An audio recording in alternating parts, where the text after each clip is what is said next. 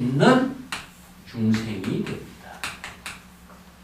이것은 이 언어 그 자체가 바로 자아의식과 의식의 대상 경계를 수반하고 있는 언어가 되기 때문에 이렇게 번역한다면은 보는 주체와 보는 대상 경계의 열애에서 영원히 벗어나지 못해요. 그래서 이 언어를 보다라고 하는 말로서 해서 될까? 그래서 보다라는 말을 하면 안 됩니다.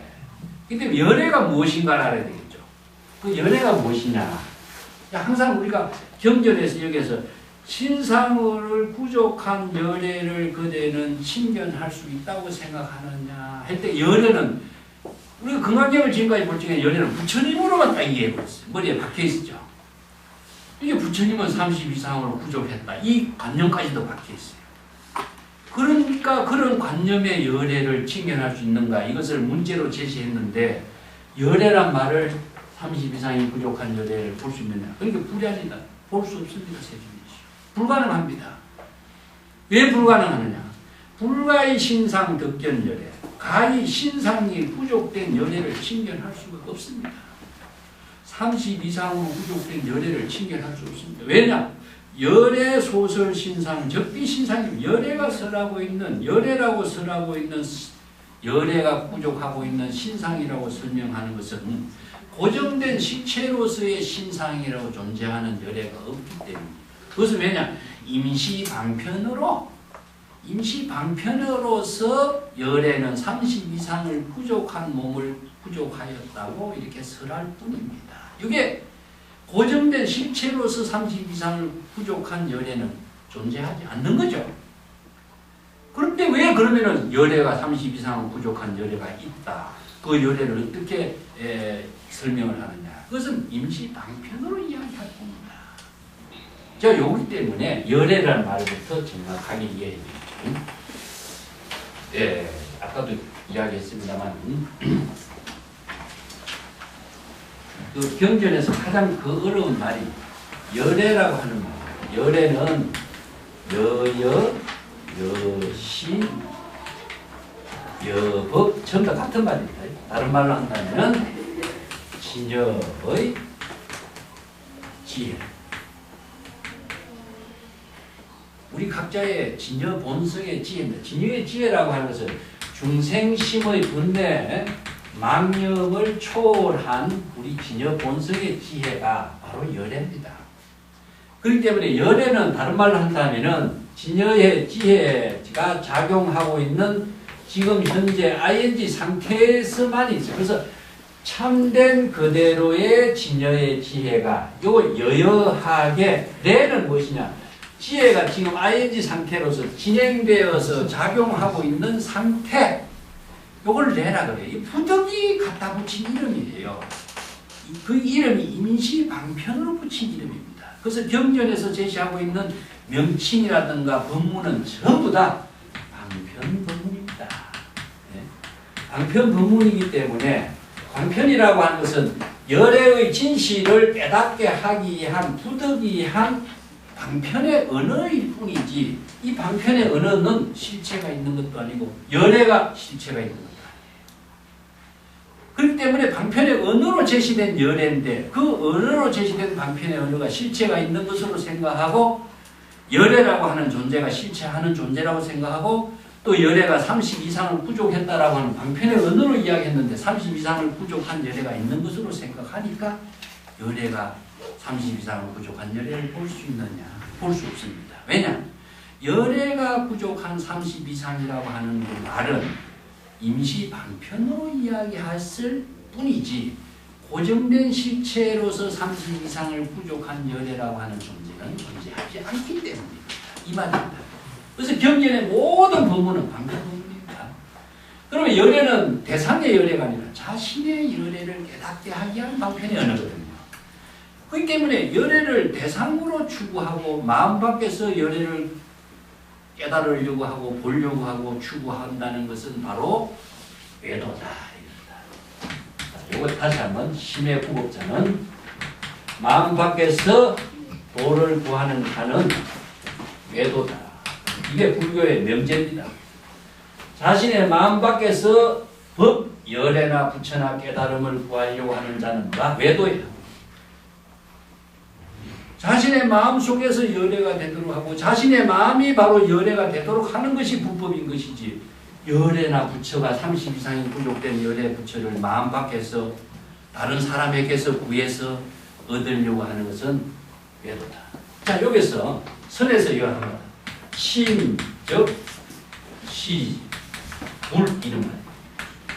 여기서 마음이 곧 부처다 이렇게 번역했죠? 그렇게 번역하면 이거 오해가 생깁니다. 여기서 마음은 무엇이냐? 일심의 마음 작용이 불의의 경지로서 이루어지는 것이 바로 부처의 지혜 작용이다. 이렇게 번역해 봅시다. 마음이 부처라. 마음이 실체가 있는 것도 아니고 마음이 어떻게 부처가 될 수가 있겠어요? 그래서 마음이 일심의 지혜로 이루어지는 일심의 지혜가 불의로 이루어지는 적은 불의랍니다. 예. 일심의 마음 작용이 불의의 지혜로 이루어지는 것을 부처라고 한다. 부처는 그러면은 지혜가 작용하는 ing 상태에서만 부처가 있지 부처의 실체라고 하는 거죠. 마음이 어떻게 부처가 되겠어요? 마음의 지혜 작용이 부처인 겁니다. 이게 일심의 지혜로 여여하게 작용하는 것이 부처라고 한다면은 진여의 지혜가 바로 열애가 되고 마음이 바로 지혜로 작용할 때 부처가 되는 것 똑같습니다. 그렇기 때문에 부처는 그러면은 고정된 모양과 형색으로서 부처의 모습은 볼 수가 없죠. 그럼 부처는 무엇이냐? 일심의 지혜 작용이다. 그럼 30 이상은 무엇이냐? 예, 지혜 작용 속에 지혜 작용 속에 이루어지고 있는 그 위대한 부처의 지혜 작용을 30 이상이라고 장엄된 부처의 모습으로 표현한 거예요. 자, 지혜 작용 속에 법계를 장엄하고 정토를 장엄하고 30 이상으로 장엄된 신상이 이루어지고 또 상락아정이라고 하는 열반의 사덕이 이루어지고 이것이 전부 다 지혜 작용 속에 있는 것이지 고정된 실체로서 이것이 존재하는 것은 없어요. 근데 우리가 열애하니까 열애를 부처라고 하는 명사로 이해하니까 그런 부처가 있는 것처럼 우리가 추구하고 있는 거예요. 그러니까 대상 경계를 마음 밖에서 부처를 추구하고 부처를 구하고 부처를 얻으려고 하니까 바로 사도를 행하는 것이죠. 그 근간계에서 이 한마디의 법문이 열애나 부처를 마음 밖에서 구하지 말고 모습이 부족된 30 이상이 부족된 열애 부처를 칭견할 수 있느냐? 없다. 그래서 열애라고 하는 것은 진여의 지혜잖아요. 그러면 여기서 견이라고 하는 말들은 그걸 어떻게 봐야 될 것인가? 예? 견, 열애 이런 말. 예? 그 견이라는 글자가요. 예. 그 경전의 번역에서 대성경전 번역에서 가장 많이 오해를 생기는 것이 견이라는 글자. 그걸 다른 말 할 때에요. 견성이라는 말도 쓰거든요. 견성 성불이라는 말을 쓰는데 선에서요.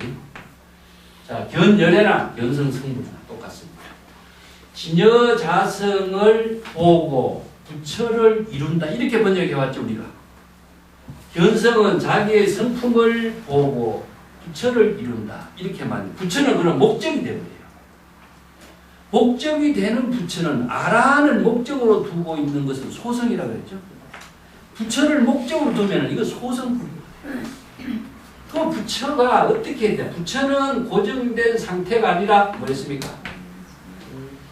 ing 상태라고 했죠. 자, 그렇다면은 진여 본성을 깨달아 친견하고 부처의 지혜를 이루도록 한다. 이렇게 번역하면 어떻습니까? 그럼 정확하죠? 부처의 지혜를 이루도록 하는 것이 부처가 되도록 하는 것이 아니라 부처의 지혜를 이루도록 하는 것은 ing 상태로서 부처의 지혜가 지금 현재 진행되고 있는 상태이기 때문에 그것이 바로 진여 본성을 깨닫는 그 작용에 의해서 진여 본성의 지혜가 부처의 지혜 작용을 이루도록 하는 것이에요. 그래서 이 견이라고 하는 것은 보다라고 하는 말로서는 주객이 나누어지기 때문에 맞진 않죠. 그만 견은 친견이라고 합시다. 그 친이라는 글자가 우리가 한자어로서는 이 말을 부득이하게 안 쓸 수가 없는 게 우리 언어로서 이것을 정확하게 여법하게 번역할 수 있는 언어가 없어요. 우리말로서 견이라는 글자를 보다라고 했습니다. 보다란 말밖에 없어요. 근데 이 보다란 말은 어떤 특징을 갖고 있냐면 확인함과 동시에 확신을 갖게 하는 힘을 갖고 있어요. 이게 우리 언어 가운데서 먹다 해도 되지만 먹어 보다란 말 쓰죠. 가다, 가, 보다. 왜 그 보다란 말이 더 붙게 되죠? 이게 불교의 언어를 우리의 언어로서 지금 만드는 겁니다. 견성이란 말. 우리가 견성이라든가 열애를 칭견한다 할지가 열애를 만드는 것은 아니죠. 우리가 불성을 깨닫다 할지가 이 불성이 본래 구족되어 있는 것이기 때문에 불성을 어디서 만들어서 오거나 새로 더 갖다 붙인 것은 아니죠. 본래 구족되어 있는 진여자성을 중생심 때문에 이 진여자성의 지혜가 작용하는 장애를 받고 있었어요. 그런데 깨달음을 통해서 견성, 본성을 회복함으로 해서 진여본성이 지혜로 작용하게 하는 인연, 힘을 갖게 되는 거죠. 그렇게 다시 새로 만드는 것이 아니라 다시 그 생명활동을 하도록 하는 작용을 할 뿐이에요. 그렇기 때문에 여기서 확인하는 작업하고 확신의 작용이 이루어지도록 할 때 이 견이란 말 쓰는 것이 우리가 견성의 의미입니다. 우리가 본래 우리 진여자성을 구족하고 있는데 근대 망념 때문에 진여자성이 지혜로 열애로 부처로서 작용하는 힘을 상실하고 있었어. 그랬다가 상실한 것을 다시 회복시키는 작용이 견이라고 하는 체험이에요. 확인하게 하는 거예요. 그래서 먹어보다, 먹다란 말도 되는데 왜 먹어보다? 보다라고 하는 말은 다시 한번 재확인을 하고 재확신을 갖게 하는 힘이 이루어지도록 하는 거죠. 그래서 이게 철저한 확인과 확신을 견이란 말을 쓰는데 여기서 이걸 친이란 말을 써요. 친이라고 하는 말은 다른 말 한다면 직접 이게 실참이라는 뜻이에요. 실참, 실수 이렇게 쓰는데 진여의 지혜로 확실하게 참고해서 불의의 경지에 깨달음을 이루는 것을 친이라고 해요. 여기 이제 불교 용어에서 독자적으로 써요. 그러면 요게 반대적인 언어가 무엇이냐? 소자를 씁니다. 소는 무엇이냐 하면 둘이란 뜻이고 친은 불이란 뜻이고 일이란 뜻이에요. 이것은 소는 무엇이냐 이렇게 성을 다하는 말이죠. 나와 남이 이렇게 둘이서 나란히 이렇게 있는 것을 성근성, 둘이가 드문드문 앉아있다 이런 말을 소라고 쓰는데 이것은 소는 둘 이상이란 뜻이고 친은 하나란 뜻입니다. 그렇기 때문에 진여의 지혜를 깨달아서 체득하는 것, 불의의 경지에서 진여의 지혜를 깨달아 체득하는 것을 친견이라고 합니다. 근데 열애를 보다 하면은 보는 주체와 열애라고 하는 대상 경계가 나누어지지만은 친견은 어떻습니까? 바로 진여의 지혜로 불의의 지혜로 이루어지는 것을 열애를 친견해서 깨달아 체득하다 이 말이 되겠죠. 그렇기 때문에 열애의 신상을 부족한 열애라고 하는 대상 경계로 추구한다면 이것은 불법하고 전혀 관계없습니다. 마음 밖에서 도를 구하는 외도가 되고 내가 대상 경계에 열애나 부처를 추구하려고 하는 목적 지향의 중생이 돼요. 그렇기 때문에 여기에서 수보리야 그대로 어떻게 생각하느냐. 30 이상의 신상을 부족한 열애를 그대는 친견할 수 있다고 생각합니다. 불가능합니다. 신상을 부족한 열애를 친견할 수가 없습니다. 왜냐? 열애라고 설하고 있는 열애께서 부처님께서 설하고 있는 열애의 신상이라고 하는 것은 고정된 신상으로 열애는 존재하는 것이 아닙니다. 임시 방편으로서 열애가 신상을 부족한 열애라고 이야기할 뿐입니다. 방편의 언어로 이야기했어요. 이 뒷구절은 지금 생략되어 있습니다. 그렇기 때문에 내가 그걸 갈로치기 해서 다시 그 금강경의 다른 어법에 맞추어서 제가 거기다가 이해를 돕기 위해서 넣어놨습니다. 임시방편으로 열애 신상이다, 열애가 30 이상을 부족했다 이런 말을 방편의 언어로 제시하는 것이지 30 이상을 부족한 고정된 실체로서의 존재하는 열애는 존재하지 않기 때문입니다. 이 말이거든요. 그렇기 때문에 열애 부처를 추구한다 하는 것은 열애라고 하는 참된 의미를 정확하게 모르면은 마음 밖에서 열애 부처를 추구하는 데 외도 수행자가 됩니다. 자, 그 밑에 개송이 이제 아주 건강경의 하나의 또 핵심적인 개성이죠. 그래서 부처님이 수보리에께서 또 그랬습니다. 범소유상 계시 험망이요 약견 재상 이상 적견. 여기서 물어 범소유상, 여기서 대개 이런 말이죠. 대개 모든 모양과 존재로서 있는 것은 모두 다 험한 것이니. 왜 험한 것이라고 했을까? 이걸 이제 좀 이해를 해야 됩니다.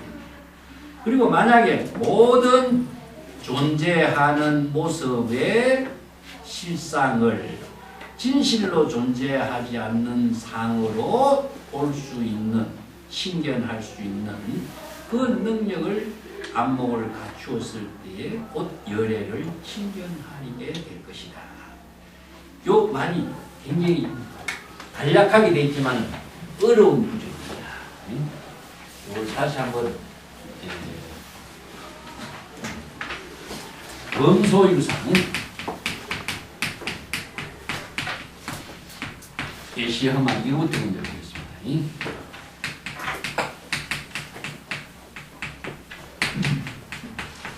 이어서 상이라고 하는 것은 어떤 상일까요? 자, 첫 번째는 자의식입니다. 자의식으로서 의식의 대상 경계를 두고 있는 것. 이 상이라는 것은 무엇이냐면은 이미지입니다. 이미지. 이미지가 우리의 머릿속에 나타난 이미지죠. 그래서 이제 자의식을 갖고 있으면은 자기의 존재와 의식의 대상 경계로서의 이미지가, 이게 불교에서는 유심의 철학입니다. 유심의 철학. 대성불교에서만이 갖는 독창성이에요. 원시불교, 부파불교 시대에는 유심의 철학이 없어요. 그렇기 때문에 의식의 대상 경계의 아라한이라고 하는 열반의 경지의 법집을 해소시킬 수 있는 철학 체계가 없어요. 대성불교의 특징이 유심의 철학이라고 하는 것은 무엇이냐 하면 의식의 대상 경계로서 떠오르는 세계가 자의식이 공이지.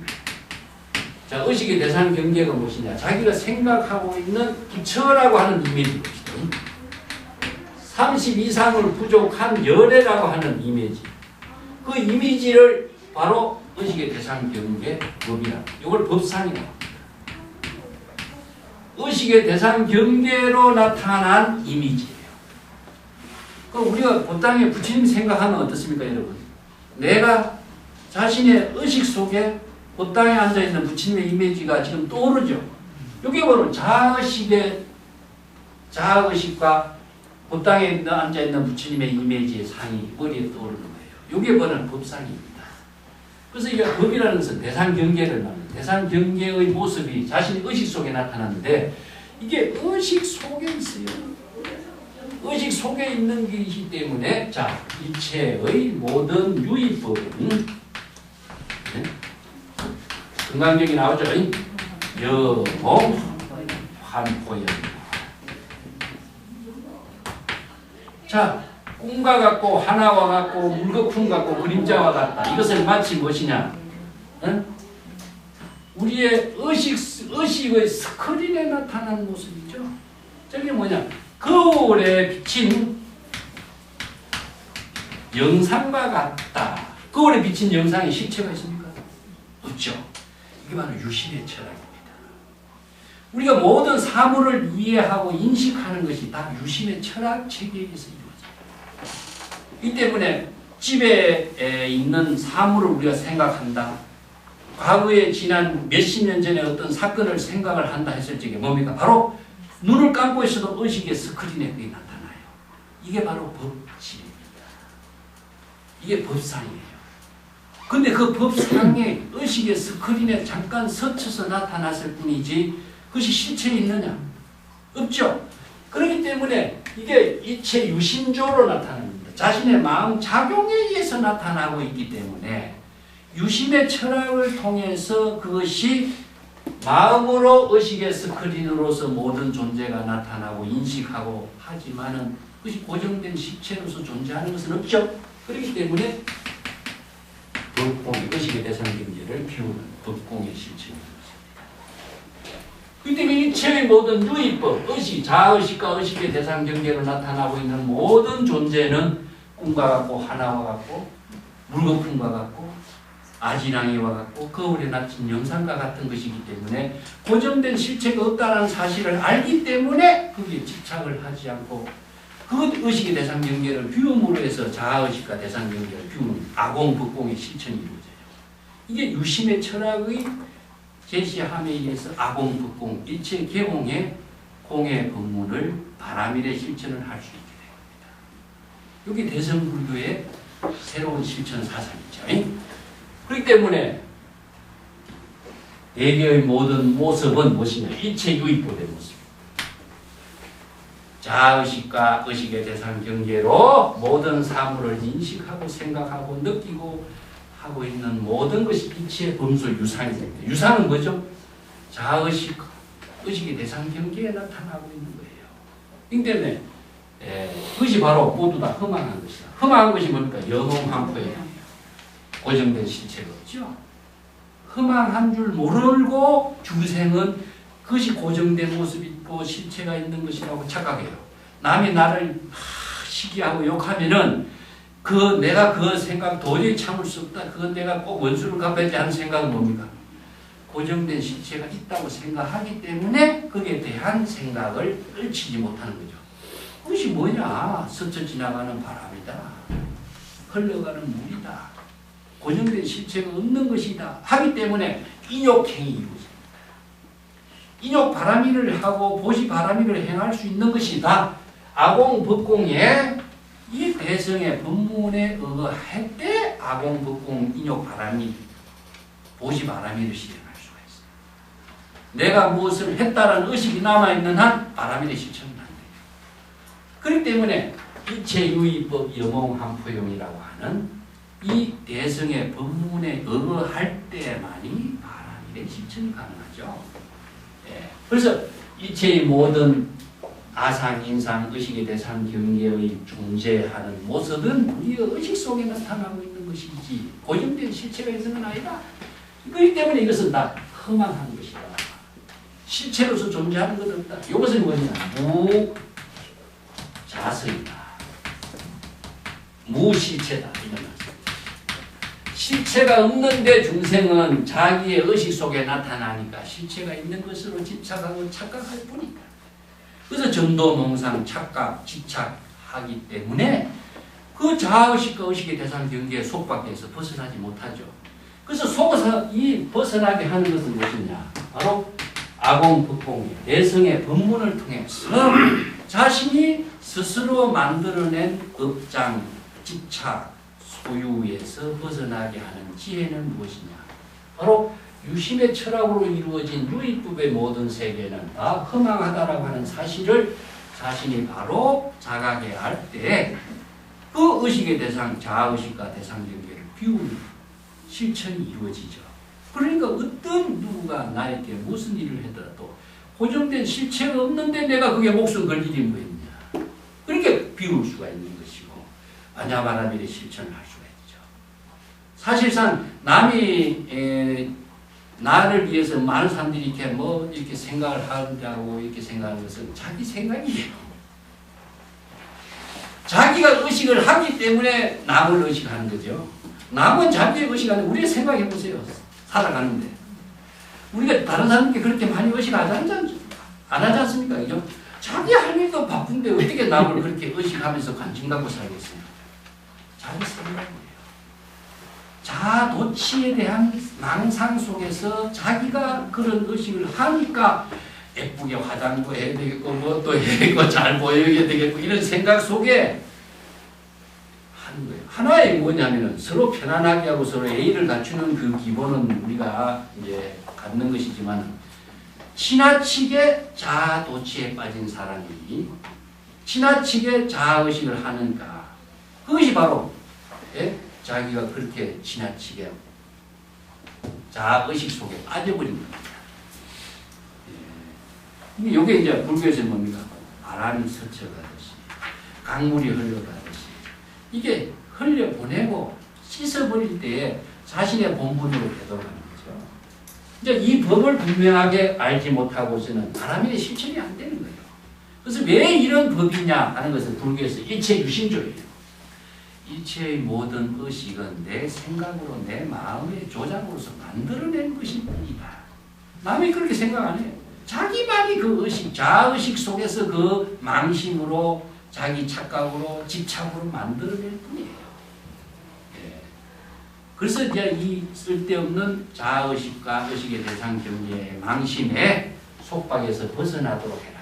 왜냐? 실체가 없는데 실체가 있는 것처럼 착각하는 이런 어리석은 자가 어딨냐? 이게 바로 중생이 전도, 몽상, 착각 속에 살고 있는 모습이다. 자아도취에 살고 있는 모습. 예, 자아도취라고 하는 것은 새로운 또 하나의 그 정신병이죠. 이게 이제 여러 가지로 순응중에도 그런 말이 있어요. 연하딸따라고 하는 아주 미남자가 있는데 이 사람은 매일 거울을 보는 거예요. 자기 얼굴에 자기 거울을 보고 자기가 얼굴에 도취해버린 거예요. 자아도취에 빠지는 거예요. 그래서 매일 거울을 보고 길거리에 나가서 다니는 거죠. 근데 어느 날 보니까 거울에 비친 모습은 보이는데 진짜 자기 얼굴이 안 보이거든. 그래서 혼란이 일어나기 시작합니다. 그래서 미치광이가 돼요. 아, 내 얼굴이 어디 갔냐. 거울에 비친 얼굴만 보였지 자기 얼굴을 모르는 거예요. 그래서 자기 얼굴을 찾아서 돌아다니는 이런 어리석은 이야기가 있는 거죠. 이게 뭐야? 자기 얼굴은 본래 그대로 있는데 거울에 비친 얼굴 속에서 자기 얼굴을 찾으려고 하니까 보이지 않는 거죠. 이게 뭐야? 자아도취에 빠지는 이런 어리석은 삶을 살고 있는 비유를 그렇게 하고 있는 겁니다. 그렇기 때문에 일체의 모든 존재하고 있는 상은 그냥 존재하고 있는 것이 아니라 고정된 실체로 존재하는 건 없어요. 내가 인식함으로써 나타나고 인식함으로 존재하는 겁니다. 인식을 하지 않을 때 존재하지 않아요. 그래서 내가 가끔 이런 질문입니다. 당신이 죽고 난 뒤 이 세상이 존재할 것이냐? 아들이 존재할 것이냐? 보통 생각하면 다 존재한다고 생각하죠. 근데 불교적인 입장에서 본다면 인식의 주체가 없을 때는 존재하지 않는 겁니다. 인식하고 의식할 때만이 존재해요. 그렇기 때문에 인식하고 의식하는 그것에 의해서 우리는 존재. 그래서 유심론적인 존재 철학이라고 해요. 그렇기 때문에 인식하지 않을 때는 우리는 존재하지 않는 거예요. 인식할 때만이 존재하는 거예요. 그래서 죽고 나면은 인식의 대상 경계가 없어지면은 존재하는 거예요. 그렇기 때문에 있을 때 자력하는 거예요. 인식하고 의식할 때 서로 나누고 보시행을 하고 또 좋은 그 지혜를 나누는 이것이 바로 시절 인연과 함께 우리는 묘용, 열애의 법신의 지혜가 이루어지는 것이지 지혜 작용이 없을 때 그것은 이루어지지 않는 거죠. 예. 그래서 시절 인연이라는 말이 가장 절실하고 중요한 말이에요. 그렇기 때문에 범소유상 계시허망 일체의 의식의 존재, 자아의식의 존재는 인식 속에 존재하는 것이지 고정된 실체로서 존재하는 것은 없다. 그래서 허망한 것이기 때문에 마치 거울에 비친 영상과 같다. 의식의 스크린에 나타나는 영상에 불과한 것이다. 이와 마찬가지로 모든 존재하고 있는 상, 제법의 참된 십상이 고정된 존재로서 존재하지 않는다라고 하는 사실을 바로 여실하게 볼 수 있다면은 바로 열애를 친견하게 됩니다. 이것은 모든 존재의 자아의식과 의식의 대상 경계가 고정된 실체로서 존재하지 않는다라고 하는 사실은 다 허망하기 때문에 이 고정된 실제로 존재하는 건 없죠. 우리가 모든 것이 우리가 제법의 실상이라고 하는데 일체의 모든 법은 어떻게 존재하느냐 하면 무상 속에 존재하거든요. 무상은 생로병사 생주이멸이라고 하는 그 생명활동 속에서 이루어지는 것이거든요. 일체의 모든 생명활동이 어떻게 이루어지고 있습니까? 다 생주이멸 생로병사라고 하는 무상의 시간 흐름, 시간과 공간의 그 흐름과 변화 속에 이루어지죠. 연애나 부처나 아니면은 식물 하나까지도 고정된 상태로의 모습으로 존재하는 것은 사실 없어요. 그것이 또 우리 어떻게 인식해요? 우리 의식 속에 나타나고 인식된 그 세계인 것이지. 그것이 시시각각으로 모든 것이 변화 속에서 생명활동하고 있는 모습이거든 제국의 참된 모습이 무상과 생주 이멸 속에 작용하고 있는 것이죠. 그 때문에 고정된 실체의 모습이라는 게 의식입니다. 뭐 요새 물리학자들이 1초에 30km가 지구가 뭐 자전한다. 이 말 하잖아요. 우리가 1초에 30km 같은 건 어마어마한 속도인데 우리가 그걸 느끼는지 모르죠. 왜냐? 그 상태로 우리는 숙달 익숙되어 있기 때문에 모른다. 이게 모든 존재가 자전과 공전 속에서 정지된 상태로 존재하는 것은 이 세상에 아무것도 없는 거예요. 항상 생주이멸, 생로병사 이 무상 속에 생명활동의 작용이 이루어지기 때문에 존재론적으로 볼 적에도 고정된 실체로서의 존재하는 모습은 하나도 없어요. 그렇지만 불교에서 유신론적인 실체로서 볼 적에도 우리가 의식 속에서 자아의식과 의식의 대상 경계로 인식하고 있는 그 세계이지 그게 고정된 실체로서 가슴이나 실체가 있는 존재가 어디 있어요. 인식하지 않을 때는 존재하지 않는 것이고 인식한다고 할 때도 잠시 의식의 스크린에 나타났을 뿐이지 고정된 실체로서의 존재나 열애는 없죠. 그렇기 때문에 고정된 실체로서의 모든 사물을 대상 경계에 집착하지 않고 자아의식을 갖지 않고 진실된 무주의 경지, 무집착의 경지, 무상의 경지에서 진여의 지혜로 자신의 열애 법신의 묘용을 실행할 때 바로 자신이 열애가 되는 겁니다.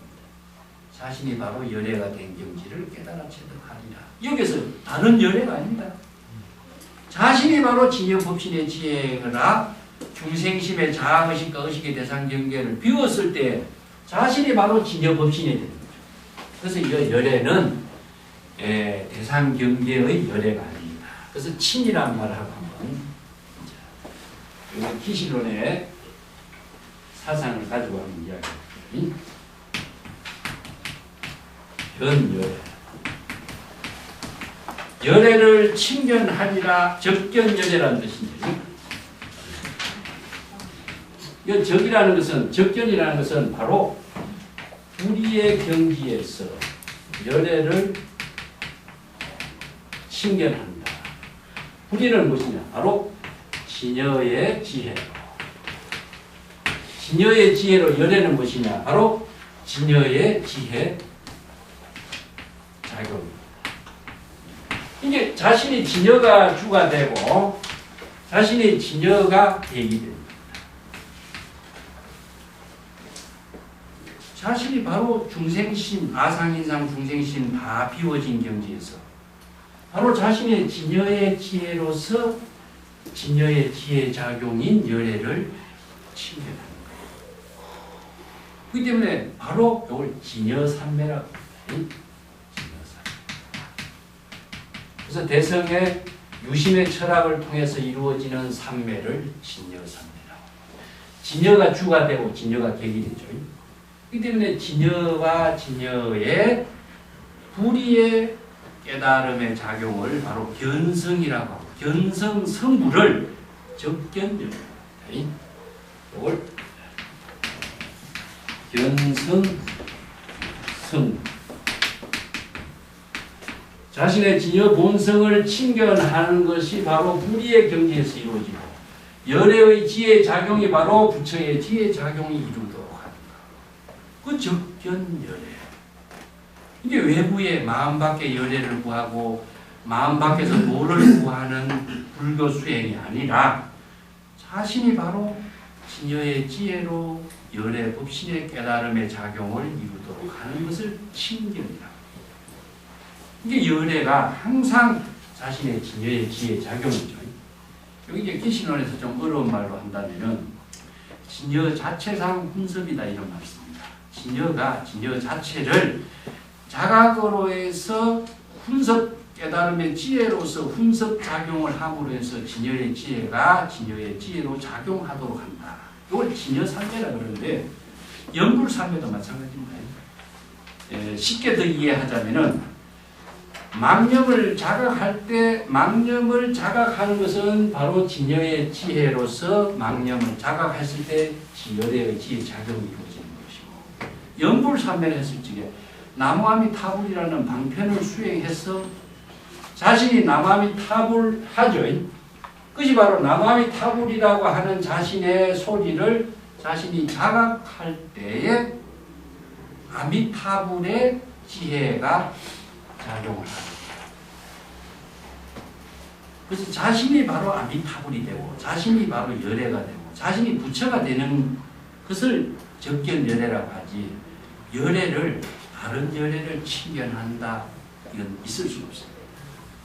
그래서 친은 항상 우리의 지혜로서 자신의 진여의 지혜를 자각할 때 자신의 진여의 지혜 작용이 바로 열애가 되는 것이다. 그래서 열애가 되는 불법이지 남의 열애, 마음 밖의 열애, 대상 경계의 열애를 친견한다는 것은 있을 수가 없어요. 그래서 대성의 불교는 원력을 세울 때 자신이 열애가 되고 자신이 부처가 되고 자신이 보살도를 실행하는 그 원력이 상구골이 하와중생이 되는 것이지 남의 열애를 대상의 열애를 이것은 있을 수가 없습니다. 예.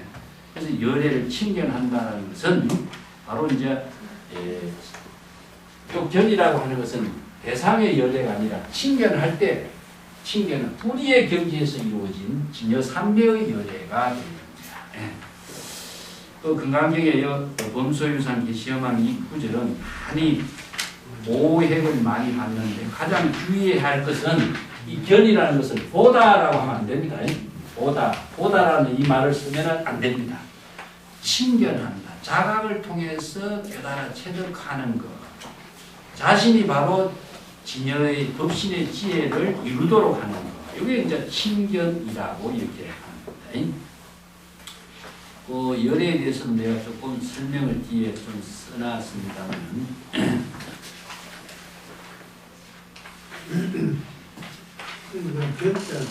얻을 득자에 네. 그 덕으로 바꿔 쓰면서 헷갈리겠죠. 얻을 득자도 대상을 얻는다 이런 말로도 이제 오해할 수가 있거든요. 그래서 이제 득자도 나는 이걸 앞에다 채자를 갖다 붙여. 체득한다. 이 체는 바로 진여 본체와 불의의 경지로서 체득 이루어지는 것을 말합니다. 우리 언어의 빈약성입니다. 정확하게 우리 언어로서 이 법의 체계에 맞는 번역어를 사용할 수 있는 언어가 마땅치 않아요. 그러다 보니까 부득이 한자 언어를 사용하지 않을 수가 없게 됩니다.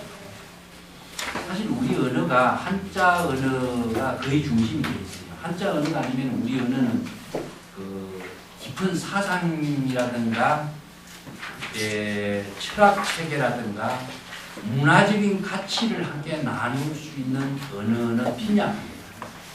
한자어가 아니면 그 세계를 제시할 수가 없어요. 그게 순수 우리 언어의 그 빈약이라고 할 수 있어요. 우리가 가다, 보다, 먹다, 하다, 행하다 이런 기본적인 언어는 우리 언어가 돼요. 근데 이것은 한마디로 한다면 사상적인 언어고 행위의 언어밖에 없어요. 주로가. 그냥 무엇을 동물적인 행위의 언어죠. 가다, 좋아하다, 싫어하다, 뭐 보고 싶다, 만나다 이런 건 행위의 언어인데 깊은 사상과 철학을 가지고 문화적인 가치를 함께 나눌 수 있는 언어를 사용하는데 한자어가 안 들어간다면 이 깊이 있는 문화 체험의 사상의 언어를 나눌 수가 없어요. 그러다 보니까 부득이 한자 언어를 사용하지 않을 수가 없는 거죠. 이런 말들도 사실 그 한자로만 경전을 번역을 하다 보면요, 그 번역이라는 것은 번역자에 따라서 한자의 지식을 갖고는 할 수가 있습니다. 그렇지만은 불교의 경전의 특색이라고 하는 것은 방편의 언어라는 점입니다. 이 방편의 언어를 제시한 경전의 특성을 죽여버리는 거죠. 이게 세계의 뭐 고전 뭐 종교 문헌 가운데 방편의 언어를 제시하고 있는 것은 불교밖에 없습니다. 이 방편은 거는 항상 진실, 진여 본성의 지혜가 작용하게 하는 진실의 작용이 이루어지게 하는 방편의 언어의 의미를 갖고 있거든요. 이 방편의 언어 그 자체로서는 의미가 없어요. 항상 진실의 깨달음의 작용을 하게 하는 방편의 의미밖에 없어요. 이 때문에 불교에서는 언어 문자 그 자체만 해도 실체로 대상으로 두면은 안 되는 거죠. 그렇기 때문에 수행은 반드시 방편의 언어를 통하지 않고는 수행이 불가능해요. 방편의 언어를 통해서만이 진여의 지혜의 진실된 깨달음이 작용하기 때문에. 그래서 이게 불교의 독자적인 하나의 방편 법문이다 이렇게 이야기합니다. 그건 왜 그러냐 하면은 불교가 법의 종교라고 하는 특성을 갖고 있기 때문에 누가 만든 종교라고 한다면은 그 만든 사람의 의지와 의도나 목적에 따라서 그것이 지향되는 방향으로 이루어졌지만 불교는 누가 만든 종교가 아니거든요. 법의 종교의 본질을 부처는 누구냐? 그 법의 종교의 본질을 많은 사람들이 바르게 알고 깨달아서 생사윤회를 벗어나게 하는 인연을 심어주는 방편 법문을 한 사람인 거예요. 그렇기 때문에 방편 법문에 의거하지 않고서는 그 법의 종교의 진여법의 본질을 깨달아 체득할 수 없는 그런 그 법문이 불교의 방편 법문의 특성이라는 점이죠. 그래서 그 방편 법문의 의미를 바르게 아는 것이 바로 우리가 불교 공부하는 의미지 이 언어 문자의 본질을 대상으로 실체화 둔다든가 그래서 언어 문자의 방편으로 제시하는 열애나 부처라고 하는 것도 실체가 없는 겁니다. 그 실체가 있는 것처럼 보는 것은 지금 불법을 모르는 사람이에요. 전부 다 방편 법문, 84,000 법문이 모두 방편 법문일 뿐이라는 거죠. 오늘 여기까지 하고 질문 있으면 질문하시기 바랍니다. 제가 할게요. 예. 어떤 분이 버마에 갔다 왔는데요. 와불이 국수래하고 무슨 같은 화장을 했다 하더라고요. 저는 뭐 때문에 그런 건지 몰랐어요. 그거는 이제 우리가 부처님에게 계금하는 거랑 마찬가지죠. 장엄이라는 것인데 이 종교의 여기 불사문이라 그래요. 불교는 이제 종교 문화로 이루어지면서 불법문이 있고 불사문이 있고 불법문이라고 하는 것은 바로 불법 그 자체를 깨달아서 열애가 되고 부처가 되는 경지에 그 방편문을 불법문이라고 하고 불사문이라고 하는 것은 이 불법문을 이루게 하기 위한 보조적으로 제시하고 있는 모든 것을 불사문이라고 해요. 그래서 이게 뭐냐면 사찰, 네? 아니면은 불상, 합, 그 다음에 의식, 의례 이것은 전부 불사문입니다. 그래서 불사문과 불법문을 분명히 알면 이해가 돼요. 그래서 이제 불교의 모든 불법의 세계를 바르게 같이 종교의식을 통해서 그 세계에 함께 동참하고 보살도를 실천하는 이게 모든 이제 교육 아니면 법문 이것도 전부 다 사찰에서 불상을 모시고 탑을 모시고 의식을 하고 집행을 하고 교육을 하고 법문하고 이건 뭡니까? 전부 다 의식이죠. 의식은 불법을 깨닫게 하기 위해서 필요한 여러 가지 행사. 그래서 사찰을 건립하고 하는 것인데 그러다 보니까 이게 뭐냐면 장엄이 들어갑니다. 장엄이라고 하는 것은 뭐죠? 바로 종교적인 신심을 함께 경의심이라든가 숭배라든가 이것을 같이 함께 하기 위해서 최상의 장엄을 하는 거예요. 그래서 검으로 막 갖다 붙이잖아요. 왜냐? 건강 불변의 어떤 정신을 제시하고자 하는 그 원력이 거기에 다 담겨져 있어요. 그래서 불사문이 바로 불교의 본질인 것처럼 돼버린 경우가 얼마나 많아요. 여기서 살인 칭견한다 하면 불법은 전혀 관계없어요. 불사문에 막 생명을 다 쏟는다. 그래서 불법문과 불사문의 본질을 선에서는 철저하게 이 불사문을 배척하는데, 근데 요즘에 모든 종교는 뭡니까? 바로 본질보다도 비본질이 본질이 된 거죠. 이것은 종교 하나의 의식과 문화라고 보면 돼요. 그렇지만 우리가 불법은 법의 본질, 불법에 의해서 경전의 모든 부분에는 열애가 되고 부처가 되고 보살행을 하는 것은 불법문이고, 불사문은 그게 불법을 행사하기 위한 여러 가지 이제 환경, 의례, 의식, 그런 하나의 의미라고 되죠. 모두 그렇죠. 사실은 그렇습니다. 그런데 항상 중심은 무엇이냐면 불사문이 이제 중심이 돼요. 그런 의미 보시면 그 부처님을 잘 모시려고 하는 건 뭐 중국의 도교 같은 데도 옛날에 종교 문화라고 하는 것 자체는 의식 속에서 생각으로 만들어진 종교 문화 아니면 것이 굉장히 많았어요. 그 이제 도교의 포박자 같은 경우도 4세기 만들어진 저 포박자 같은 책에서는 도교의 도수를 만드는 연금술이 나오는데, 연금술에서 특징이 무엇이냐? 금이라고 하는 것. 금은 무엇입니까? 불변입니다. 불변의 상징이죠. 그러니까 고금을, 그래서 그 법신은 건강불개신의 금입니다. 금은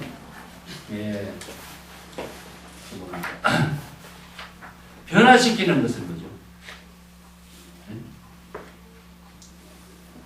그 연하고 나벼하고 또 그 뭡니까? 도금시키는 데서 사용하는 거죠. 아니 그 뭐라나 그 뭡니까? 이게 이제 그 연금술에 이게 도사들이 사용하는 단을 만들죠. 단을 만듭니다. 이 단이라는 것은 중국의 오악이라고 하는 유명한 산입니다. 도사들이 천기와 지기를 받아서 단을 만들어서 불사초, 불사의 약을 만드는 그런 신앙적인 정신을 갖고 있어요. 그 도교의 정신의 하나예요. 수원. 수원하고 나비라고 하는 것은 변화시키는 힘을 갖고 있다고 생각합니다. 그래서 그 당시에 가장 많이 쓰는 것이 뭐냐? 땅에서 나오는 지게 직불이죠. 지상에서 변하지 않는 것이 뭡니까? 솔잎이죠. 그게 하늘에서 천기와 지상의 불변의 세계, 땅의 그 신령스러운 영향, 여기에다가 조화를 이어가지고 마지막에 수원과 금으로서 이것을 환을 만들었어요. 그래갖고 누구에게 주냐? 황제가, 중국의 당나라 같은 경우에 황제가 병이 들어서 의사가 치료할 수 없으면 마지막으로 부르는 처방이 무엇이냐면 도사를 불렀어요. 그래서 도사가 이 환을, 그래서 수원국가 누굴 살리면 됐어요. 고생 안 하고 죽습니다. 이렇게 종교적인 사고라고 하는 것이 무엇이냐면 자기가 그러한 신념적인 생각으로 만들어가지고 옛날 연금술이나 이런 판을 만들어. 그래서 중국에 약 만들면 처음에 마지막 금을 받았어요. 이런 것이 도교에서 나오는 연금술적인 방법이 논이죠. 자, 얼마